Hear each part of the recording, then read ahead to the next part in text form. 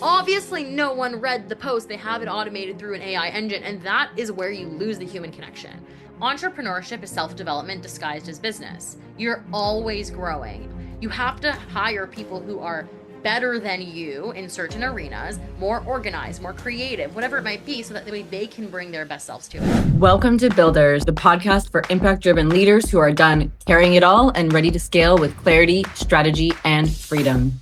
I'm your host, Alex Snyder, strategic growth architect, creator of the CEO Recode, and second brain to leaders who are building brilliant companies without sacrificing every ounce of their time, energy, or sanity.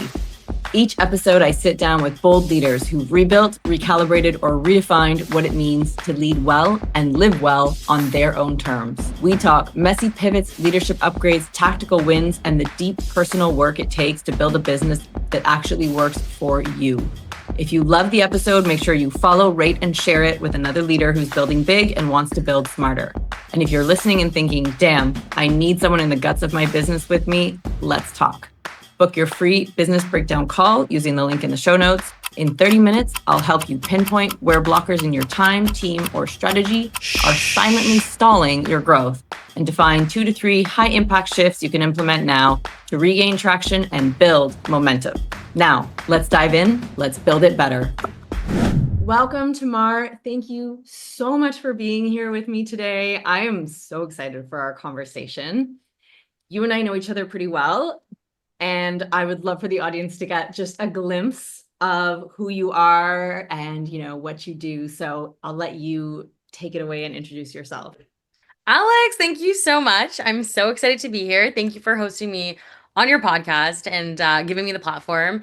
A little bit about me. So excuse me, sorry. I own a social media marketing agency and we work with service-based businesses and we help them leverage social media in order to increase their visibility and therefore increase their sales. So I always joke and say we impersonate businesses for a living because we go through their socials, we take them over, we create the content, we run it, we create the campaigns, we really create everything and manage their online social media personas. And yeah, I started this business about 5 years ago.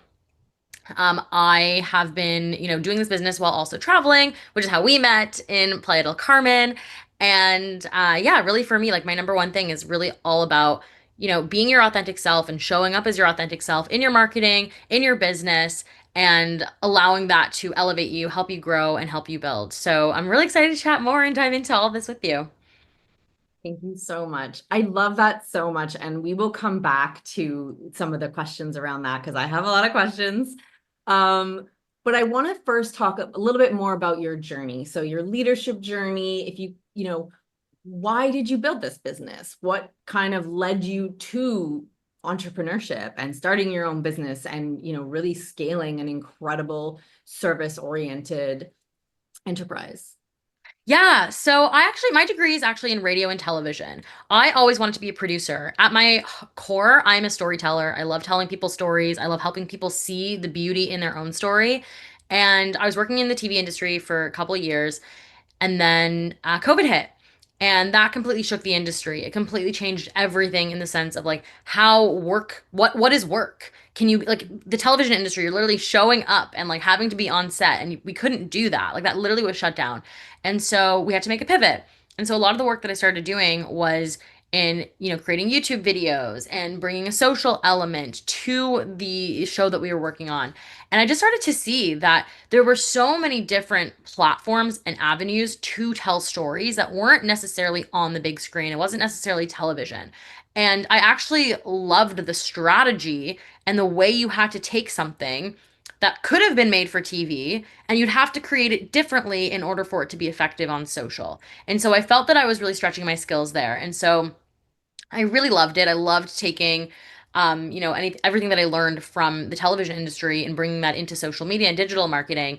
And the other thing too is when you are marketing a show and when you're pitching a show to a broadcaster, you actually had to have a they used to call it transmedia. You had to have an other way of marketing the show that wasn't just on television and in print. You had to have a digital element, and it was called something different at the time, but it was all about what is your digital marketing plan, and I loved that. Even in school, that was always my passion, my favorite thing to do. And Yeah, I just really loved how on social media you have the agency to claim your space, do your own thing, choose what you want to say, create a platform for yourself. Whereas if you want to be a television host, you have to get hired by a broadcaster, you have to get hired by a show. But with social media, you could just like take your phone and create your own content. And this is before influencers were a thing. Like it wasn't a big thing when Right. I started realizing this. But now we see that that's kind of the payoff. But anyway, I was working in TV. I really love the storytelling aspect of it and all the things. And as I was growing in my career during, the pandemic, I started taking on some clients on the side to run their social media for them, and I was just really loving it. Like I really found that my skills were transferable and I felt that I was making a really huge impact. With the pandemic, things were really hard in the industry and television, and I was not feeling super creatively expressed. I felt very Mm. things were very restrictive. And I just, I remember having a conversation with one of my clients who I was running her socials for one of her businesses. And she'd said to me, she heard that I was really down. And she said, I have a question for you. I said, sure. She's like, do you want to be living a mediocre life? And I'm like, no, of course not. So why are you making mediocre decisions? And that just like hit me like a ton of bricks because Fired. it's Woo. true. Yeah. For like, you're an entrepreneur. She's like, do this. You're doing it for me. Why can't you do it for 10 more businesses? I'm not an entrepreneur. I can't do that. Why can't you? You're doing it for me. And that was the first time I had the opportunity to think differently. And then I remember one day my boss, I saw a contract come in for 4 YouTube videos or 3 YouTube videos that I was going to execute the entire project. And the value of that contract was more than my yearly salary. And that was an awakening for me. Not like, oh, I'm not being treated well. It wasn't like that. The awakening was this is what's available. This is on the other side of entrepreneurship. This is what I have to do. He is using my talent. How do I get to a place where I create a business where I have other people bringing their talent to the table and we create a whole empire and a company of people where we're all bringing our best selves and helping the company grow? And that was another pivotal moment for me. And I was like, I need to go out and do this for myself because I can and I have all the skills, but I didn't know that any of that was even available. And Mm. so, yeah, I risked everything. I quit my job. I had nowhere to look back. I started telling everybody that I'm a social media manager. I had no intention of building a business. I had every intention of just being a freelancer and, hoping things would work out. As long as I could make what I was making at my job, like that's all I cared about. It wasn't like I had dreams of making even like 100K. I had a dream. I was like, I think the number I had was like, as long as I make 20K this year, I'm good. Like that was literally my goal.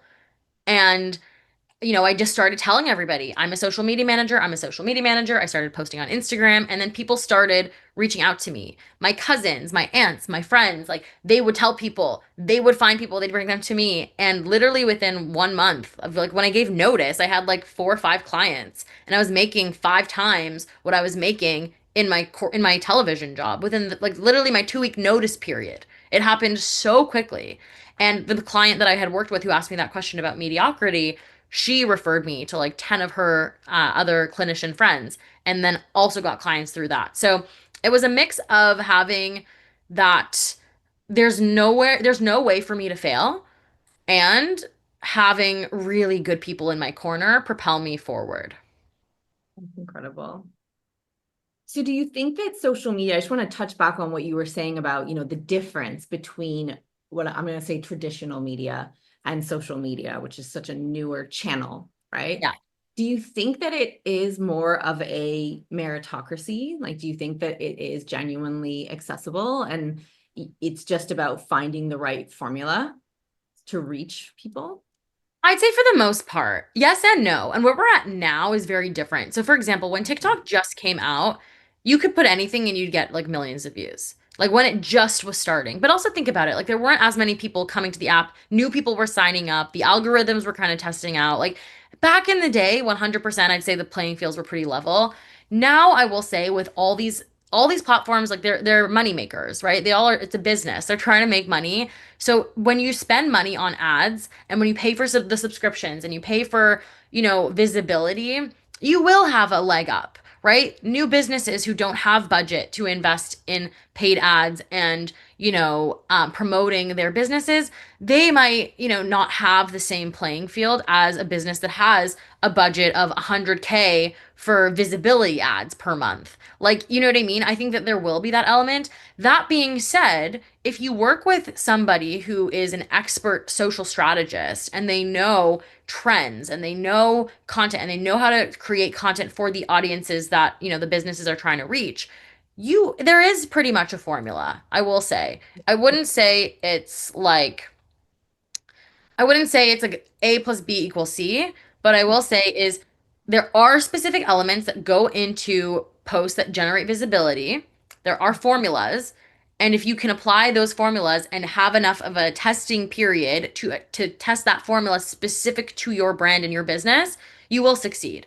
And as long as you Mm. just keep going with consistency, doing the right things, but not just doing random things and throwing things at the wall and hoping it's going to stick.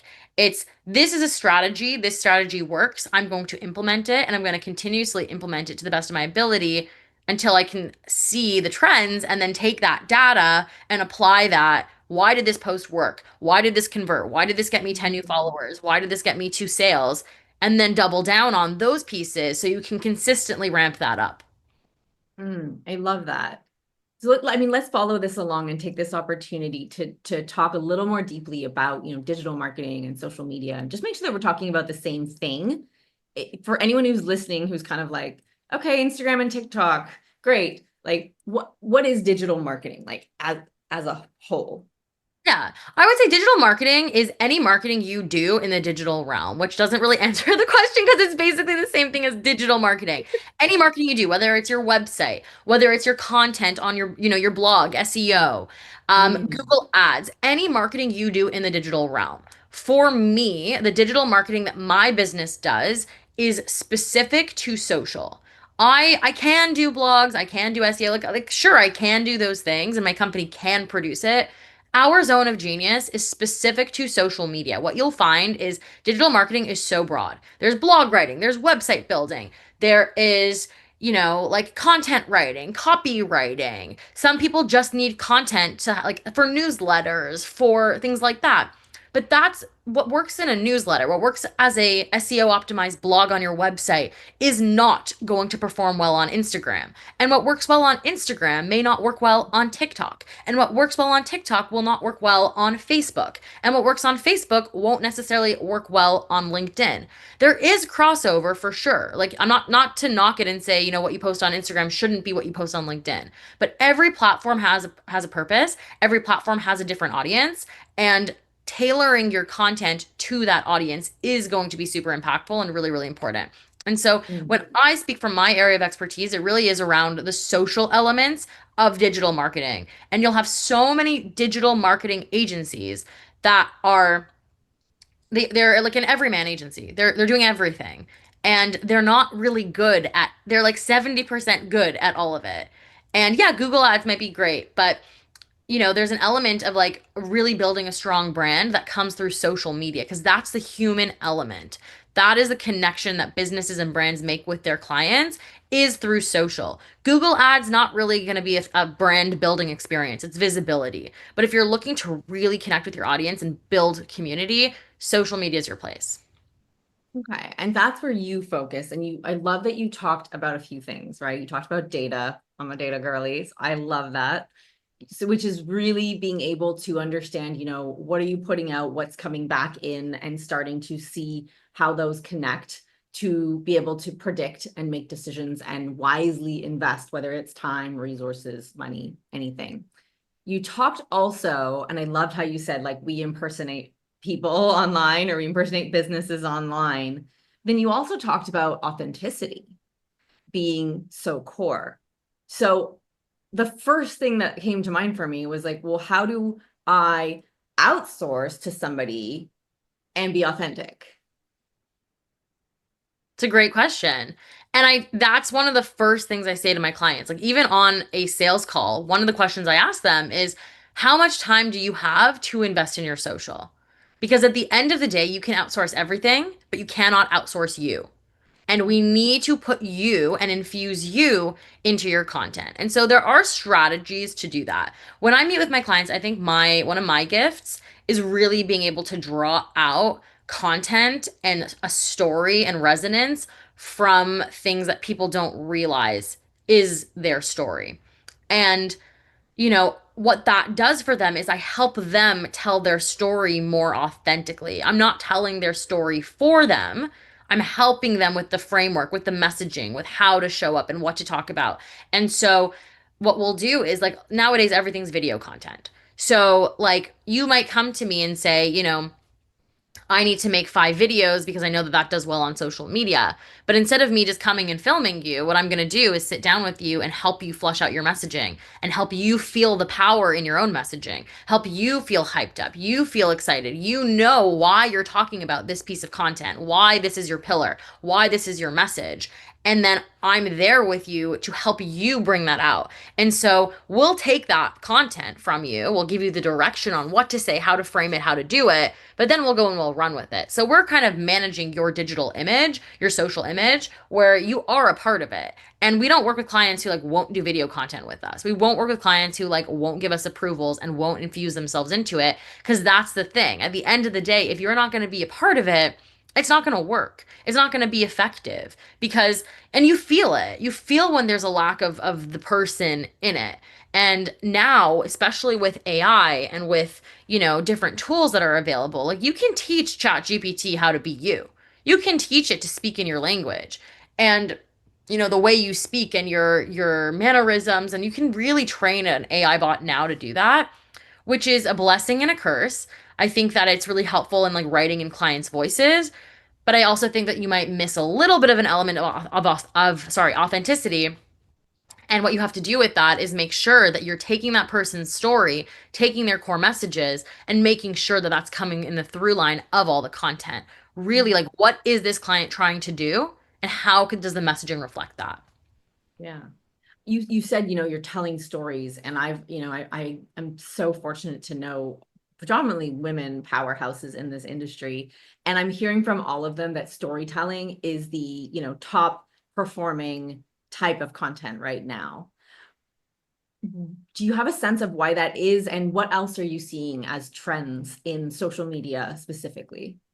Yeah, I don't know that I would even call storytelling a trend. And it's so funny when people refer to it as a trend. Because if you look at like indigenous cultures, even, and I learned this in school, storytelling has been around from the beginning of time.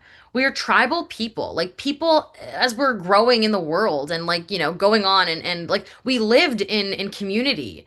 And communities have stories and mythology and belief systems. Like all of that is storytelling. And I remember like when I was in school, like, we had like indigenous like storytelling. Like literally like we were learning these stories. We were learning about, different cultures and how storytelling kept people together. And like look at like even like different like organized religion that they have like books and stories and all those like it really is stories. And Mhm. what meaning those stories have is different based on the person and the culture and where they're from and all of the different things. But like when you're growing up as a kid, a caregiver is reading you stories. You're building your imagination. You're connecting through like, this map, this archetype of these stories and what's happening. And I don't think that's a trend. I think as humans, that's how we evolved. That's how we connect with others through stories. So now on social media, it's really just another element, another avenue to do the thing that we've been doing since, the beginning of time. Like we've always been telling stories. That's how we connect with others. And Mhm. so I think this is where a lot of big brands make a lot of the mistakes is they are not doing that. That has worked. That's how we exist as humans on this planet. And they're not storytelling. They're putting up Mhm. a square image of their product and say, buy now, 50% off, and thinking that that's going to get somebody to actually have movement and actually want to take action, when at the end of the day, absolutely not. Your social media needs to take people through a experience, needs to take them through a journey, take them and tell them a story and see themselves as the hero in that story. Right. And that's how you're going to connect with them. And so again, just to go back to what you said, I don't believe it's a trend. And anyone who's telling you it's a trend just woke up yesterday and doesn't understand like this storytelling is literally how humans communicate with each other. It's all through stories. That's how we Mm, relate to each other. And yeah, I definitely think the challenge with social media is number one, the algorithms are always shifting, always changing. And so because of that, you need to tailor the way you're storytelling, the mhm. formats, the actual stories might have to be different per platform, things like that.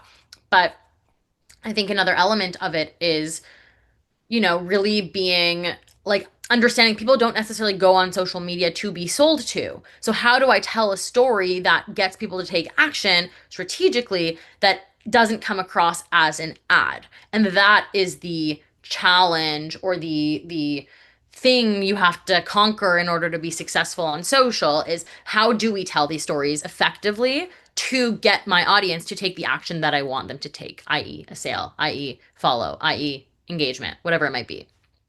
Yeah, I love that. And I agree in the sense, the research shows that we learn via stories, right? We did oral stories, and to your point, we wrote stuff down and circulated it broader, and it is how we learn. It is how we retain information. It's across cultures. So, um, you touched on AI, but I would love to get a sense of AI. It's on a curve like this, right? Like it's been in our atmosphere, it's kind of been there, and then I don't know, the last, if I don't know if it's weeks or months, it just feels as if it has step changed. And so is it changing the landscape of social media and social media marketing? And if so, the pros, the cons. AI is completely changing the game. And I will say there's pros and there's cons, and of course we're gonna get into that. Personally, we did not adopt you're gonna laugh at me. We did not adopt ChatGPT into the business until this December. How long has ChatGPT been around for? Okay, this December. The way that it has shifted and changed and supported and helped us is I can't even quantify it. Like the fact that you can literally, the fact that I can now create systems to replicate myself. Like you can always create an SOP, you could always explain, teach someone, train them. Now I have ChatGPT prompts that anyone could put into their ChatGPT that's not trained to be me and could put out content exactly the way that I do it because I have my reasoning. It now understands why I talk in the way I talk, my brand voice, all my elements. All like ChatGPT could spit out content for me that literally sounds exactly like me. And to be honest, like a lot of the content that we do is a ChatGPT version of something that I had written months ago, or it's a repurpose of something that I've written 5 years ago that we've changed and adopted. And, it's so beneficial. And then that's like, obviously it's cost efficient. Having ChatGPT and someone be a ChatGPT manager is not the same as hiring a copywriter, right? And so I think a lot of the you still need the skill. You still need someone who knows how to use it because it's only going to be as good as whatever you give it, and the person managing it. But it has been so helpful in terms of like efficiency and creating better output has been wonderful. And so that's one of the, like the big things. Like we only started working with it in December.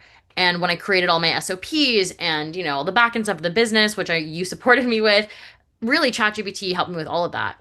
Now even AI, like having note takers in our calls. We'll never miss like how many times over the last, 20 years that you've been working with clients or in work and business things like that, did you have a call with somebody and there's things you have to follow up on and it just falls through because people forget and there's so many things happening in our lives now with the AI note takers, literally Fathom after our call would send you a transcript, give you a list of all the follow-up items. As you're even Fathom specifically, that's the note taker that I use. There's so many different AI note takers. That one specifically for me, if I'm talking and I'm going on a rant or there's a sale happening or whatever, it'll tell me as I'm on the call. It'll tell me the person's objection. There's so many ways that it will optimize and help you and make life more efficient for you.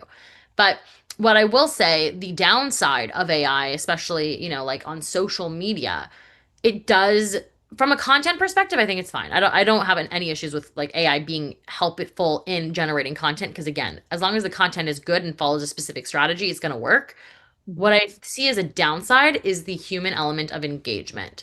It is so easy to spot AI engagement and connects. And it's so funny because like on LinkedIn, that's been a big thing of mine. I've been growing on LinkedIn this year. We just crossed like 10, I think we're almost like 10,500 followers, right? Like it's really wild, like what we've been able to do. And I started at 2,500, by the way, like in December. So what I've noticed is as you grow, a lot of people will, especially on LinkedIn, will start to engage with you. So like when you're, a 10,000 plus or even like a 5,000 plus account, like people start seeing you as an up and coming person, a creator, and they'll start engaging with you and they'll have virtual assistants engage with you or they'll have their AI tools engage with you. It's so obvious. They just like, and they try to make it not obvious. They'll like repeat the point of your post and like make the comment and ask a question. Like it's just so like myth Formulating. formulaic, exactly. And you can see it. And the funniest thing was that like the other day I posted a job posting of like, we're hiring a creative assistant. And like the comments on it weren't, oh, so and so, you should apply for this, or posting and hope you find the right person. Here's for visibility. The comments were, wow, so amazing what you can do with the right creative assistant. This sounds like a great role that you can really get to flex your creative muscles. How did you decide to hire someone for this? Like, obviously, no one read the post. They have it automated through an AI engine, and that is where you lose the human connection. And that's what's happening on these posts. And it's so obvious. And that's, I think, is the danger, not danger, but that's what we're losing is we're actually losing that element of authenticity. So, do I think that AI is important and necessary and good and helpful? 100%. Do I think it's going to get better as years go on? 100%. Do I think it replaces authentic human connections? I don't think we're there yet. Hmm. Is it a concern that it's almost like boosting vanity metrics at the expense of authentic human interaction and engagement? I don't know. I don't know that I'm concerned with it because I think yes and no. One of the hard things about marketing, social media marketing specifically, is that vanity metrics, they're vanity metrics, but they are important. So, Mm. like, for example, yeah, maybe you're going to get 100,000 reach on a post, but what does that mean? You know what I mean? Like, I don't care what you can get a million reach. What does that do for your bottom line of your business? How many people reached out to you? How many sales calls did you get? How many conversions did that lead to? So for me, like a client, I've literally had a client who said, like, it's funny, like we're not getting her followers every month. She's gaining followers, 50 followers on Instagram every month, sure, whatever. But she's literally booked out. She's booked out. She's like, I don't care that I don't have, 10,000 followers on Instagram. I'm making bank. I don't have time to approve your content because I'm so busy because you guys are just creating this funnel of people coming to me. So, does she want to grow her Instagram? For sure. Paid ads will help you do that. Easy to do it. But and the right content, but the content that we focus on is content that converts to actual bottom line. So sure, yeah, obviously you want to have visibility, obviously there are vanity metrics, and vanity metrics are important because it helps you understand, okay, are people resonating with this content? But it's also like on LinkedIn, for example, now, like ever since I started having, let's say, like 8,000 plus followers, people started taking me more seriously. People would reach out to me when I get on a sales call. They're like, you know what you're doing. Imagine I'm like trying to sell LinkedIn and I have 1,000 followers. I'm trying to teach someone how to run LinkedIn and grow on it. How are they going to have confidence in me? But now that I've Right. done the work, I know what works. Like, of course you're going to see it. Like, and again, vanity metrics are vanity for a reason, but they do matter. And there is content converting, and that's what you have to look at is what are the actual bottom line? Like how does this, yes, it's cool to have this vanity metric, but how does that apply to my business? And so with AI, it's the same thing. It doesn't matter if you get 100,000 views that come through AI and it's not authentic human connection, because at the end of the day, it's not converting. Like a robot's not going to buy from you.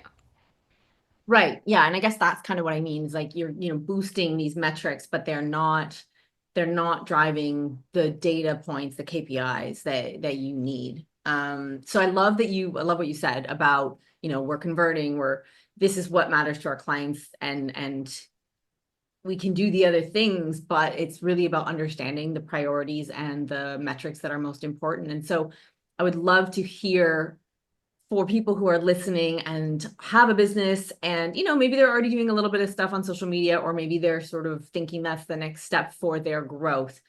What are the things to be aware of as you kind of foray out into social media with the intention of growing your business? And for anyone listening, when I say growing your business, we're just going to simplify it and say, connect to more people and convert them to paying clients. There are Absolutely. different versions, but we're going to keep it pretty simple. Totally. I would say first and foremost, what you need to be doing is understanding who is your target audience and what are their symptoms of the pain points that they have. That's important. Most people think it's all about what are their pain points. I'm just going to do pain point marketing and market to their pain points and talk about, oh, you have back pain? Well, here's my solution.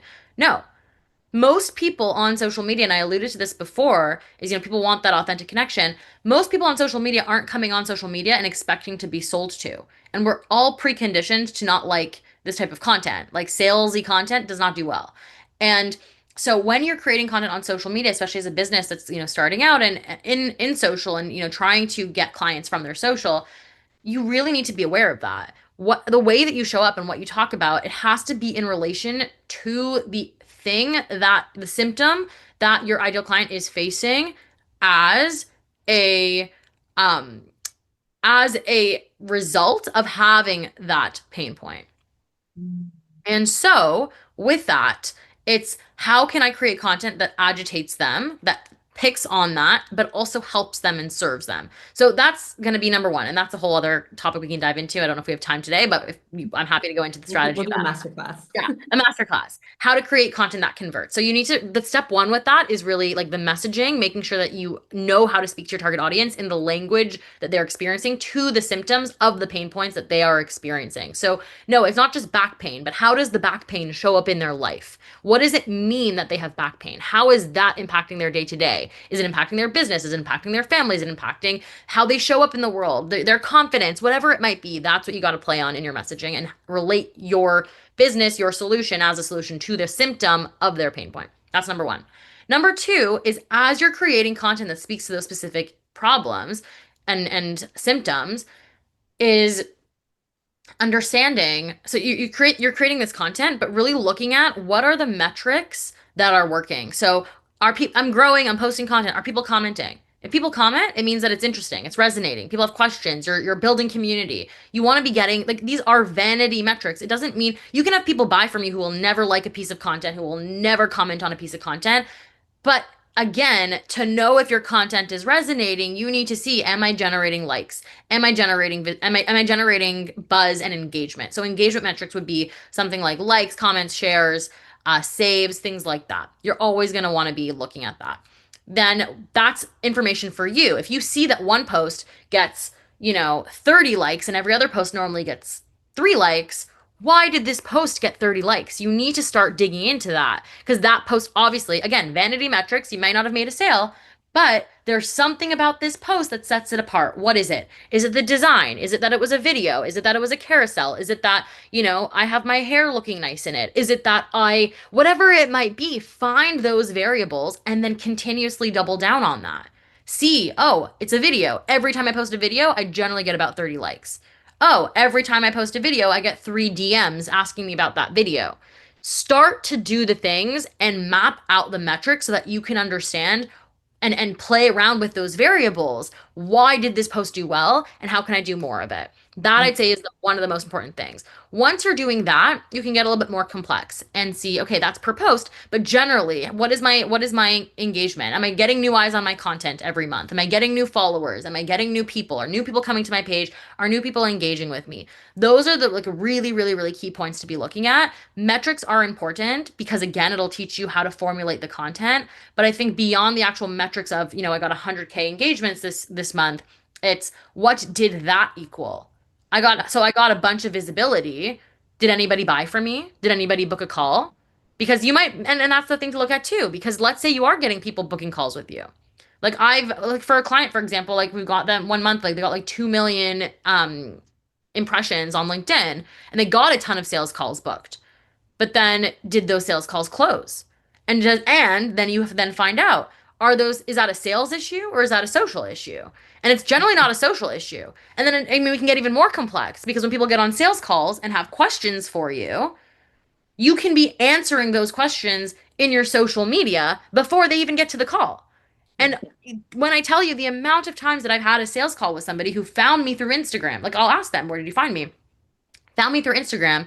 They'll share an objection. Maybe they don't close on the call.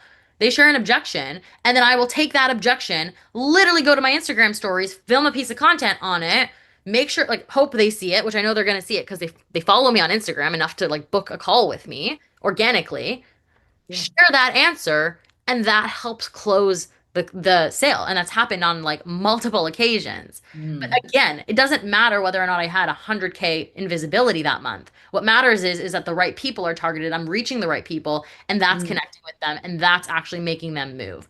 So looking at the numbers so that informs the content that you're making, but also really making sure that those numbers correlate to your overall business goals. Yeah. So it really sounds also, and I think this is really important for anyone who's listening who's starting out. There's an element of understanding your ecosystem, and that takes time, right? Because also, like, posting to generates momentum, generates visibility. Over time, people get to know you. Over time, they connect with you. Over time, they get on a call. Like, that is not, a week. You don't show up for a week and you're like, okay, I understand, right? Like, you need to understand your ecosystem, and you need to put things out and like measure them over time, because there's also the algorithm and trends and holidays and all kinds of things that impact how we as humans engage with these machines that we, are so addicted to. Yeah, but I think it's more than that. I think it's also like social media can also really be a powerful landing page. Like not every business is going to have direct conversions from social. Like if you're a psychologist, for example, your social media is going to add credibility. It's going, or even like a coach, for example, you like it'll be there so that the people who hear about you through a referral source will look at your social and say, yes, that is the person for me, but not necessarily that they're going to be scrolling on social media and then your post is going to pop on their page and they're going to be like, that's who I have to work with.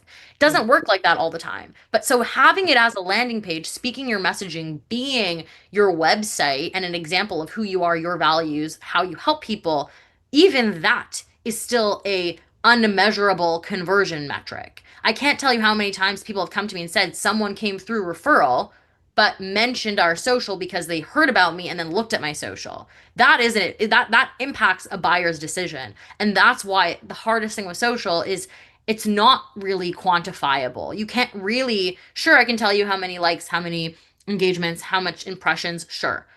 But again, people buying, there's so many variables of what makes somebody buy, and they may not say that social had an element in it because they might not even be aware of it. But people do go. We know that from buyer behavior. You hear about someone, you look them up on Instagram, you look them up on TikTok, you look them up on Facebook, on, you know what I mean? The ecosystem is changing. Yeah. Yeah, it's a triangulation point in the ecosystem of your online presence and then your real world presence as well. So one last question, because I really want to make sure we're speaking to people who are either new to or maybe struggling with. You talked about authenticity. You talked about, how important it is in your client assessment that you make sure people are willing to show up and make videos and do this. Do you have to have your face online to succeed in social media? The answer is yes. You absolutely do. And I think it plays off of that question even that you asked me about AI. Because again, like nowadays there are so many AIs that can make fake people and, fake brand influencers and like, at the end of the day, social media is the new ecosystem of people engaging with each other. Think about it. Back in the day, you used to go to a bar. Back in the day after school, you used to go to the park. You used to go to, I don't know, like what did you do after school? You went somewhere physical. Look at kids now. Like maybe they have extracurriculars, but they spend time engaging with their friends on Snapchat, on Instagram, on I don't even know what kids are using now. Like there's so many different apps, but that's the social connection. You're not going to, the park and playing in the park and whatever in your teenage years. You really are utilizing socials. And so reflecting on that, it's, that's where we have this element of connection. It's a little bit sad, but it's also we have to be realistic. That's how we engage with each other. And so on social, it's so important to be a human, to be yourself, to have those authentic human connections. And especially if we're coming at this from like a business perspective and a brand perspective, How can you expect people to feel like they're a part of your brand if you're not showing up? A great example, and this is like the best marketing of all time, I would say, is like midday squares. Are you familiar with them? Have you heard of them?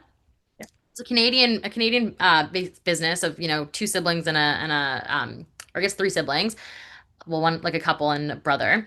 And they basically their marketing, especially as they started out, they were showcasing everything. They're a chocolate protein bar, right? And essentially what they've done in their marketing was, here's how we're building the business. We're building out loud. We're showing you our struggles. We're showing you the wins. We're showing you everything that goes into it. But we'd see the faces of all the founders. And so when I would, and then I loved their product because it was gluten free. It was kosher. It was like amazing. It was healthy. Like all the things that I needed. It solved my exact problem because, being gluten free, I needed to have like an easy protein bar that I could take with me that traveled well when I was going places, didn't know if there was going to be a gluten free option. But anyway, the point is that I felt like I was like a part of the brand every time I engaged. Every time I ate that chocolate, when I bought it, I'm like, I know who I'm supporting. I'm seeing their faces. They literally have their faces on their packaging to that point. Like they're so good at it. And that's the element, is that if you don't have that human connection in your content, you're missing that. That's how you build a cult following. Have your Yeah. face in it. Be a part of the brand. Have the founders in it if you're a product and you're not a service provider. Include the founder story because that's what people are going to connect with. It's not just about, here's a protein bar. It's, here's all the blood, sweat, and tears that went into this protein bar. Here's the human behind it, the struggle, the over, the story arcs. That's what's really important in your content. So absolutely, I will not work with a client if they're like, I won't show up in my content. If you won't show up in your content, then you're not ready to be on social media, to be honest. Yeah. It's so interesting you say that because I think it's beyond just showing up. To your point, it was that bringing it in. There's someone, Casey Ho, the Blogilates Mm, founder. She does a really, really good job of that, to the point of she has shared the challenges with trademarks. She has shared the challenges of going up against some very, very like big hitters in the industry. Um, big department stores who are ripping off or Shine or, and she's sharing that, but she also is sharing the new sketches for every season as she's developing them and sharing the comments she gets and then how she's sketching and designing to the ask.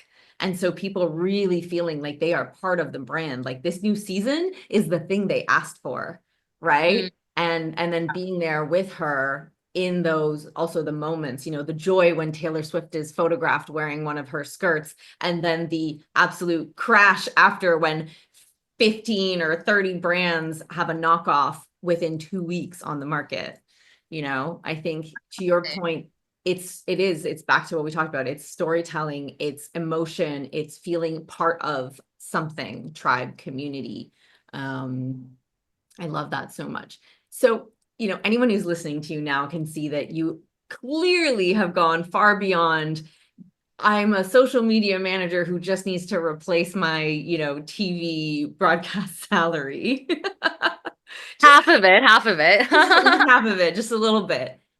So I want to come back to what you learned along your leadership journey, because you are now the founder, the owner, the leader of a company, and you have a team, and I've had the joy to be along part of that road with you. You've gone through a lot. And so, I want to get to a little bit of like, what does wealthy leadership mean to you? But first, I would just love to understand, I think you spoke to the moment of stepping into entrepreneurship and the right person who asked you the hard question, the people around you who supported and referred you and really gave you that first piece of momentum, which is incredible.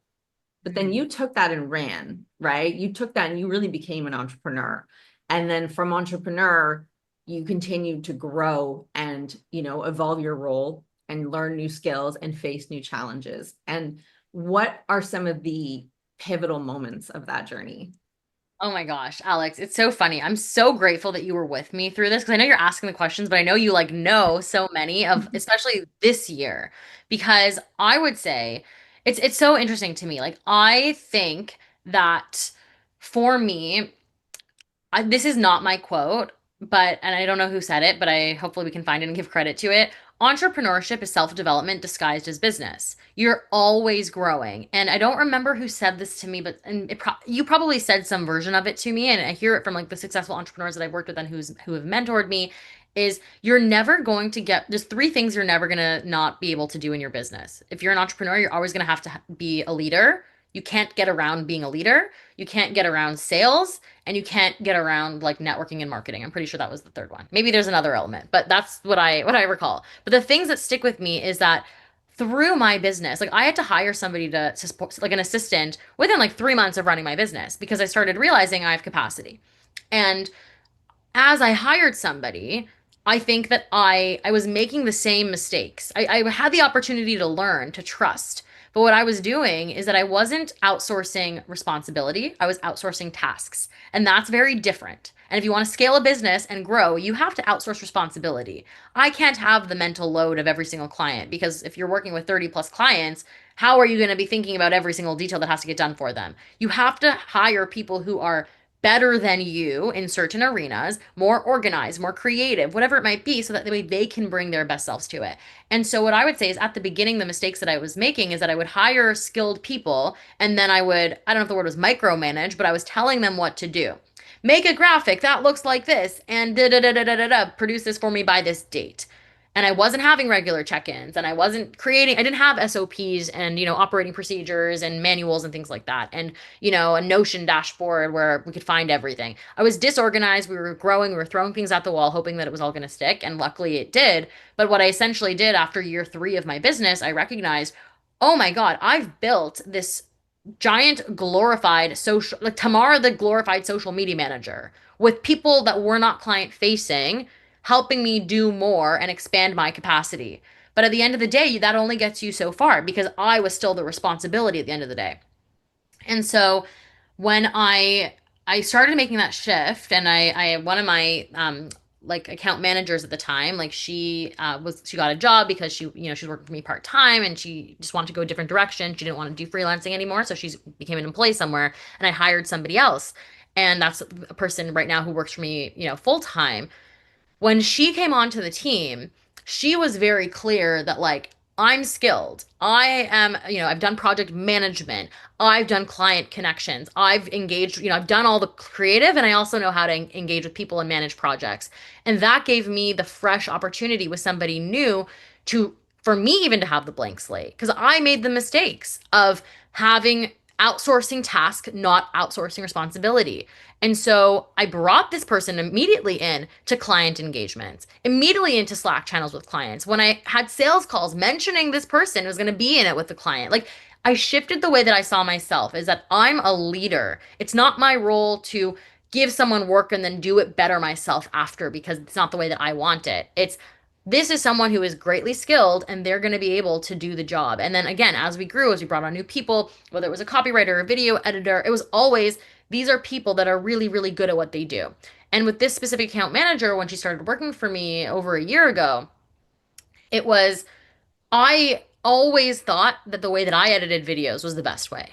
The way that I told stories was the best way. The way that I wrote copy was the only way. No one can do it like me. But as soon as I coached, I gave the direction, and then I stepped back and I allowed this specific person to shine in their element.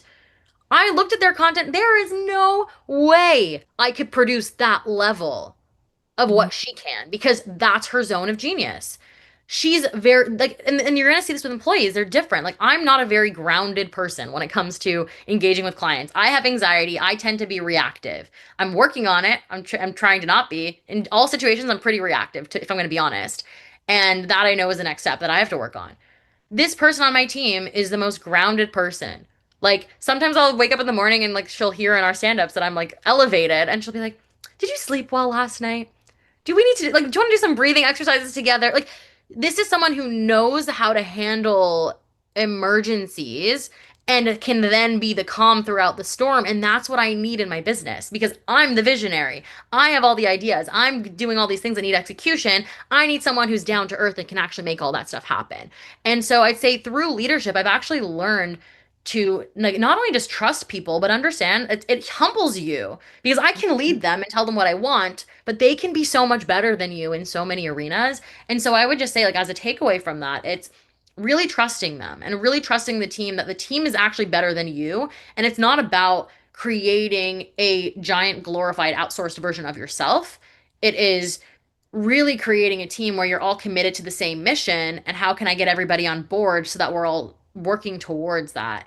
And when you and I work together, like I think that was a huge element that I needed to work on, and I still need to work on it is that element of leadership. And there's fear around it. There's fear around, having somebody having to pay a salary and you have to worry about like the marketing and this and making sure you're making sales and it's not you can't coast because you have the responsibility of supporting somebody on your team who's supporting you.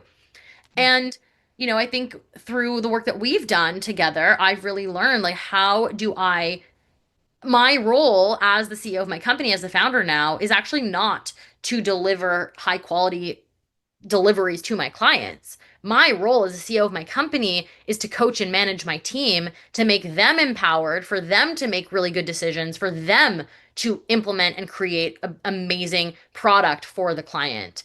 And I think that's a big shift that I've learned through you and our work together. And I know we're continuously evolving. And it's been hard. It has been, but I know that like I said before, like leadership is not something that you're going to ever be able to ignore in business as an entrepreneur. Yeah. And you have to lead yourself and your team. And to your point, I love how you said it. It's you have to set a standard and an expectation and then empower and enable your team to deliver on that. So I love that. I talk a lot about, wealthy leadership and success on your terms, right? And I think that is the opportunity and often the hard challenge of entrepreneurship is you get to do it your way. You get to make the decisions. There is not a template to follow necessarily. And so what does wealthy leadership or success on your terms mean to you? Freedom. Freedom is the definition of success to me. And then the question is, what does freedom mean? The ability to walk away from a situation that is not serving you is success to me. The ability that I had, we didn't really talk about my personal journey so much, but the ability that I could walk away from a marriage that wasn't serving me and a situation that wasn't for my highest and best self, that I had a business and a life and a system that I could literally say, this marriage doesn't work for me. I need to end it. I need to make decisions for myself and have the actual ability and freedom to do that. That Mhm. is success for me. Not obviously not just like being able to get divorced, but I mean more so like the No. ability to have a business. And I'm very lucky and I've been very intentional. When I've been setting up my business, it was so that I won't be location dependent. There's a lot of social media agencies that offer in their monthly retainers content shooting and filming. And I Yeah. never did that. It was always the posting and the strategy. It was never on, in a location. I was intentional about networking with people beyond, just Canada. It was intentional about, connecting with people outside of my community because I always wanted to travel. I always wanted to set myself up to be in this position of being able to be a digital nomad, to travel and work wherever I want to be. And Mhm. that has been that to me, that's how I would describe success is the ability to have the freedom to show up as my most authentic self in my business, to get to do the work that I love, to be paid for being creative, for using my talents. That to me is the ultimate level of success. And Mhm. having the ability, last week, for example, I was burned out and I was sick. Having the ability and a team for me to just like say, hey guys, I can't function right now. I'm so sorry. Like, I'm relying on you. I know you're going to do a great job. I'm turning my phone off for the next 7 days. See you on Monday. Having the ability to do that and having a team that can support me in doing that because it's not always going to be like that. That to me is a wealthy leader. The fact that I can take off and my business is still running.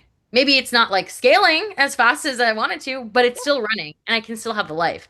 Having a business that works for me, that I choose the times, I choose my schedule. If I want to cancel something, I can do that. If I don't want to work with a client because they're bothering me and I'm spending more in therapy than I'm getting paid to do their work, I can walk away from that situation.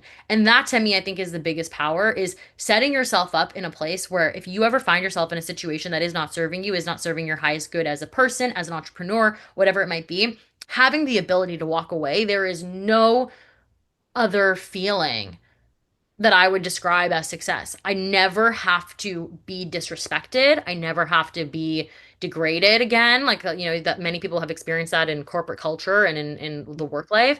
I set the tone, I set the standard, and I am the architect of my life and of my business. And the business just helps me do that and amplify it. And yeah, I'd say, owning my time, owning my freedom of location, there's no way, there's nothing that can compare to that.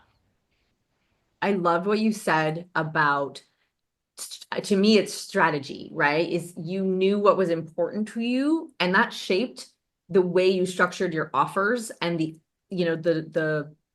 components of the offer, the activity, the deliverables that you do and do not offer within your business. And I think that is, so many people have a hard time grasping on to like, well, strategy. And I'm like, strategy is knowing where you're going. It's the vision, the what. Strategy is the how do you get there. And it is it can be a lot of different things, but it's the guide rails of like, how are we going to show up in the market? And so I really love that example. That's such a tangible example. We do not offer services that require in-person components because it allows you as the founder to be location independent. It also allows you to hire talent from anywhere in the world and source the best talent, not unrelated within reason other than time zones to where your clients are. So like, love that. I also love that I love how you described freedom. And I think this is something that's going to resonate with a lot of women in particular. Your story and what you shared. And I was hoping we would get into it a little bit. Freedom is a top value for me as well. And it's interesting because we have very different backgrounds in certain ways. Is there something that you think has, led you to this definition, or is there something that changed as you experienced life that really made those priorities for you, or have those always been aligned? It's funny. I don't know that I would say that I realized freedom was a value for me until I got divorced. I Mm. don't, and it might have been a value that maybe that was a point of contention. I couldn't, you came to me and asked me my values, that wouldn't have been on the list. And I think, it's interesting. Like, I am someone, I've always been very out there. I've always taken up a lot of space. I'm very bubbly and outgoing. I'm a performer, I'm a singer, a dancer. Like, I've always been that person. And I think a lot that can make other people feel uncomfortable because I show people what's possible and it forces you to see the greatness within yourself. That if I can do this, if Tamar's doing this, I can do this.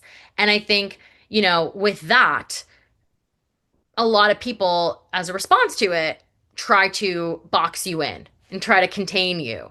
And so I think to make themselves feel more comfortable. And, I think for me, I've never wanted to be contained in a box. And I didn't realize that, it's the opposite of freedom. It's having like I never realized that me not wanting to be contained in a box and not be defined and not have a label, I didn't realize that that actually was desiring freedom. Freedom to be who I want to be, freedom to show up authentically, freedom to express myself, freedom to go and be anywhere in the world and do anything. I think that it always has been present. I never realized that's what it was. But when I did get divorced and when I started untangling the life that I had and why I made the decisions I made and why did I get married so young and why did, what structures were in place that got me to the place that I am today, that's when I really started learning it and seeing, no, I need to have freedom. The way that I work best is like not having a calendar with, a million client calls every day because then they own my time. I need to have like time blocks. I need to be in charge of it. I need to be deciding how I'm showing up every day. And when I'm in charge and when I have that, when I'm the leader in my life, that's when, and I have that space, I have that capacity. That's when I grow. That's when I'm successful. And so I think freedom is not being able to do whatever I want whenever I want it with no accountability or responsibility. I don't define that as freedom. It's the ability to live a life in alignment with my values and to show up consistently in that way and to have the resources, whether that be time, finances, location, in order to do that. Right. And I think for a lot of businesses, and like you said, a lot of like female owned businesses, it's not always possible, right? There's a lot of things that come as, whether if you're a partner, if you're married, if you maybe you have kids, or maybe you don't, maybe you're part of a big corporation that's, location dependent.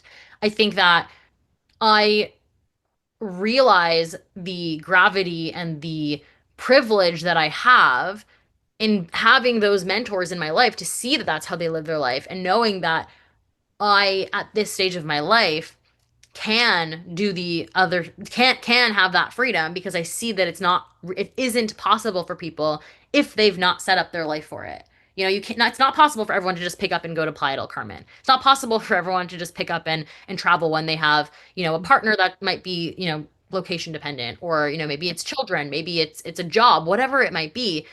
I think that I've been really intentional and I'm just so grateful that I'm in this position that I've been able to make decisions that are in alignment with my highest self and I've been able to create a business that works for me and not the other way around. And it sounds like it hasn't been without trade-offs, right? Oh, Like for sure. that's the thing that often people don't see, even on social media when we're being authentic, right? Is like, oh, it looks great. Like there's trade-offs. I love what you said as well about freedom, because freedom's top value for me, and I've thought a lot about it as well, because I've lived in various versions of it. I always say, like fuck the rules, but structure sets you free, right? Yeah. Like structure and intentionality that you decide on. But that is for me, I think, what sets most people free. Because yeah, if you are just completely without structure, like other things will overtake you and you will become beholden, or you will feel behind, or you won't have clarity. And so an example of that is the time blocking that you spoke about, where when I'm doing this, I'm doing that, and then when I'm off, and then when I'm here. And even just knowing like there is time in my week for these things, and so I don't have to worry about them other than when I'm in the time that I've blocked for that thing. And like that level of freedom is like a balm, I think, for your soul, especially for anyone who's entrepreneurial, anyone who's juggling things, even if you are, juggling work and home and family, and freedom is being able to be with your family, if that's a priority for you. If you have family, hopefully it is, or to Oh, spend time out finding the partner to start the family. Right. We hear a lot about, as a woman, particularly, you can have this or you can have this. It's like, well, can't have it all. Yeah. can't have it all. Maybe not all at the same time immediately, but like you could. It's going to require a level of structure and discipline and intentionality.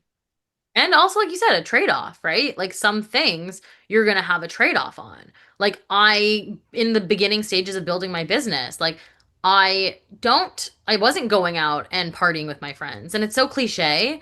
And it's just so funny because I see this with my clients too, is like, and people who, either they come to me and they can't afford our services or things like that. It's like a lot of my friends that are building businesses that come to me to ask me for advice. I don't know if I call them friends. A lot of my peers that come to me for advice, like I see how they spend their weekends. And I'm not judging. I get it. It's hard. But that's the trade-off is I know what I do every day. I know what time I wake up. I know that I go to the gym. I know that I have a trainer. I know that I am sending LinkedIn messages. I know that I go to events and meet people and hand out business cards. I know what I do to get to where I'm at. And when I see my friends, and again, I don't know all the details, but they're not doing those things and they're not going to the gym and they're going out every weekend and drinking and, partying and like, listen, no judgment. Everything is fine. Everyone has their own story. But I think that that's what we forget is that like people see the success. They see the, oh yeah, you're successful, but they don't see this morning I woke up and was crying. You don't see that. You wouldn't know that from this conversation. I was feeling overwhelmed and I'm like, there's so many things happening. Oh my God, I can't handle it. No one knows that. No one knows the anxiety attacks that I go through. No one knows the like staying up till 2 o'clock in the morning finalizing a presentation for a client. Nobody sees that. All you see is the glitz and the glam and the Chanel and the rainbows. That's all you see. But you don't see what goes in to make that. And most people are not willing to put up with the discomfort of the trade offs to get to the payoff. And that's where I see people not succeeding is because, no, I would rather stay in the corporate job and have the stability. No, I would not give up drinking every Friday, Saturday, and Sunday. No, I will not give up my sleep in the morning so that I can go to the gym. And that's all fine, but recognize that's a decision. I spoke to a super successful entrepreneur this morning, like super one of probably the most successful entrepreneurs I've ever met. And they said to me, I decided that I was going to win, and everything else is just details. And that is the power because it's a decision that everything you're going to do is going to set you up to win. Yeah. And the details is how you're going to do that. But that, at the end of the day, that's the guiding light. I'm going to win no matter what. How am I going to do that? We're going to figure that out. Doesn't really matter. It's going to happen because this is my decision, which means I'm not going to go partying. I'm not going to stay up late. I'm going to have a routine. I'm going to eat healthy. I'm going to, set myself up for success. Yeah. Well, and what I love about that is there's two, I would almost say there's two things. And let's put it in a social media context. There's two people, right? There's Bob and Sarah. And online, what it looks like is Bob and Sarah both went to this event. Cool. But Bob went to the event straight from wherever, chit-chatted, started drinking, kept going out, slept in the next morning, woke up at whatever point, carried on with their weekend, right? Let's say it was a Friday event. Sarah researched who was at the event beforehand, showed up to the event and intentionally networked and had a clear, elevator pitch, USP, whatever you want to call it, met all the people, left within 90 minutes, was home in bed, went to sleep, woke up the next morning, went to the gym, LinkedIn requested and personalized the message to every single person that she met. Those are not two people going in the same direction or living the same life, right? Great example. And so I think this is what, like, you don't see it all, to your point, right? Like, look, some people are quite comfortable sharing all of the things, and some people share them in reflection, and everyone has their version. But I do not know a single entrepreneur that hasn't cried in the morning at some point, and possibly very regularly. And most of us are not putting it out online. It doesn't mean we're hiding or being unreal. It's just like there's levels, right? Some people love to put that stuff online, and that's their audience and their vibe. But yes, the sacrifice, people say to me all the time, like, oh, it's different for you, right? Because they see me in the gym all the time. Oh, it's different for you. It's this, it's that. I'm like, yeah, but I've also had to like curate that over years. It's not linear.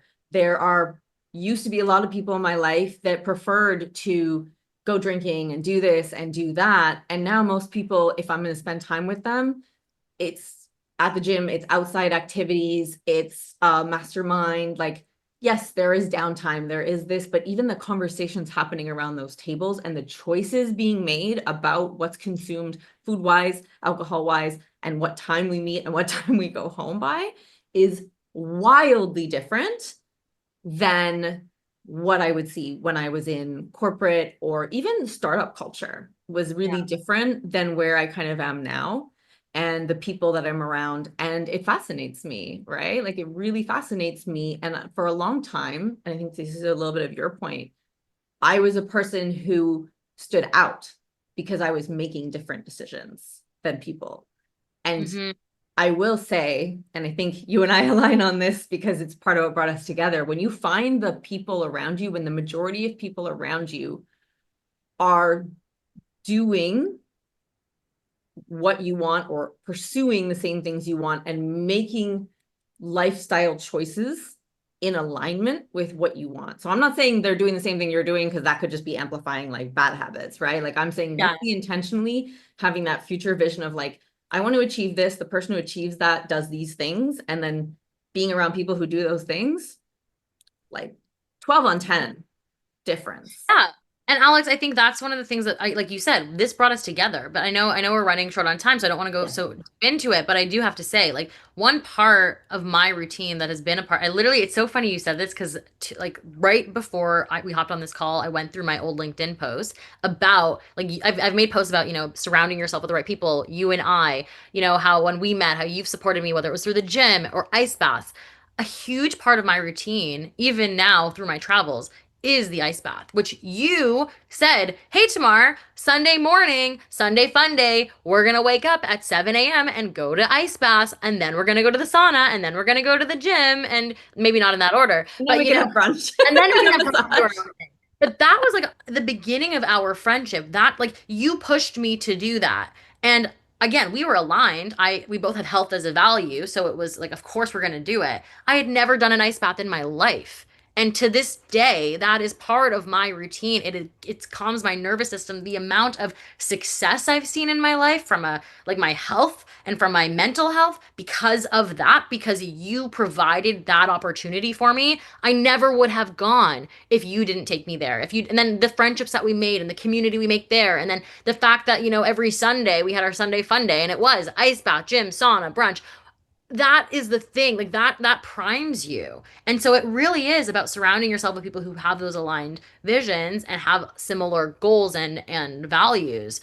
And yeah, I think that's really the biggest thing is you can have your own things, make your own decisions, be othered, whatever it might be, but as long as you're you know where you're headed and make decisions and choices in alignment with that, find the people who are also doing that, because that's the cheat code. The cheat code is you're gonna be whatever, the five people you spend the most time with. It's like it's true. The people you surround yourself with are going to impact you.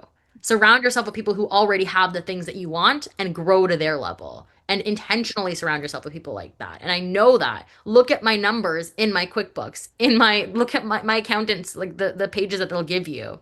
You will see that from the moment I went to Mexico last year, incrementally huge differences because of the people, because of the, obviously Mexico's an amazing place, maybe it was the good weather, who knows, whatever it might be. Putting yourself in the right environment with the right people, personally, I have seen has given me the most literal like monetary success. I can look at that, there's data I could show you, but it's even more so when you and I started working together. When you gave me the do this, show up like this. And you didn't even just give me like A plus B equals C. It's here's what you're gonna do every day. Here's your journaling. Here's your mindfulness. Here's your exercise. Here's da da da da da da da. You gave me like normal ways to live life that were not just specific to business. But because you're doing this and you show up and you know the formula, you give me the way to show up like that and the formula so that I can be successful and set myself up for success. So, I think that's a nod to the work that you're doing with your clients and in your business. And, like it really is about like you living your life and empowering your clients to live their life in that way so that they can live the life of their dreams. And, there's strategy to it, there's all those pieces, but I really do think, the people you surround yourself with, whether it's friends, a coach, whoever it might be, are going to be the thing that helps you be successful or not. Love it. Thank you so much. So I know we're short on time. I want to touch really quickly. What is next for tomorrow? What are you working on? What's coming? It's funny. I think a big piece of what I thought was coming next was going to be like more coaching, more mentorship, things like that. And I've actually shifted over the last couple of months, really thinking, getting clear on what it is. I am going to be embracing a career in public speaking and in sharing my story, sharing more about social media, how you can show up authentically, how you can, leverage socials for your business, but really, talking about resiliency, talking about the pieces that you need as an entrepreneur to succeed and grow, and how you can amplify that on social. And yeah, I'm just really excited to go down that road. I've already got some keynotes in the books for coming up for the fall, and so sorry, through the summer and then through the fall. And I'm just excited about it. It's a completely different arena of my business. Obviously, the agency still exists. So we're going to be, doing social media marketing and continue to impersonate brands for a living as we do and help them tell their stories authentically. But I'm excited because this is an added element where we can go and impact people in a completely different way. And it's accessible to people who, are not necessarily at the level of needing to outsource social media at that point. So exciting. I can't wait to see more of that. Thank So you. we like to close the podcast by asking a couple really rapid fire questions. You can pass, you can give one word answer. The idea is to keep it relatively quick. Are you ready? Let's do it. I can All try. right. What is one decision that changed everything for you as a leader? I was going to say to start my business, but I don't know if that's as a leader. But maybe it is. Yeah, starting my business changed Yeah. everything, made me a leader. Yeah. What does strategy feel like when you're doing it well? Knowing you have a system and knowing that A plus B equals C. Love it. Is there a book, podcast, or person that cracked something open for you? Oh my God, so many. Well, the person was that client that asked me about if I'm okay being mediocre, and the answer is no, I'm not.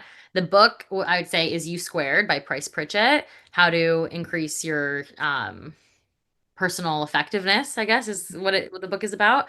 And yeah, that's that book. We can go on a whole podcast just on that book, but that book changed my life. Amazing. What's something you said never again to in your business? Never again to selling time for money. Yes. If you had a free weekend and zero obligations, how would you spend it?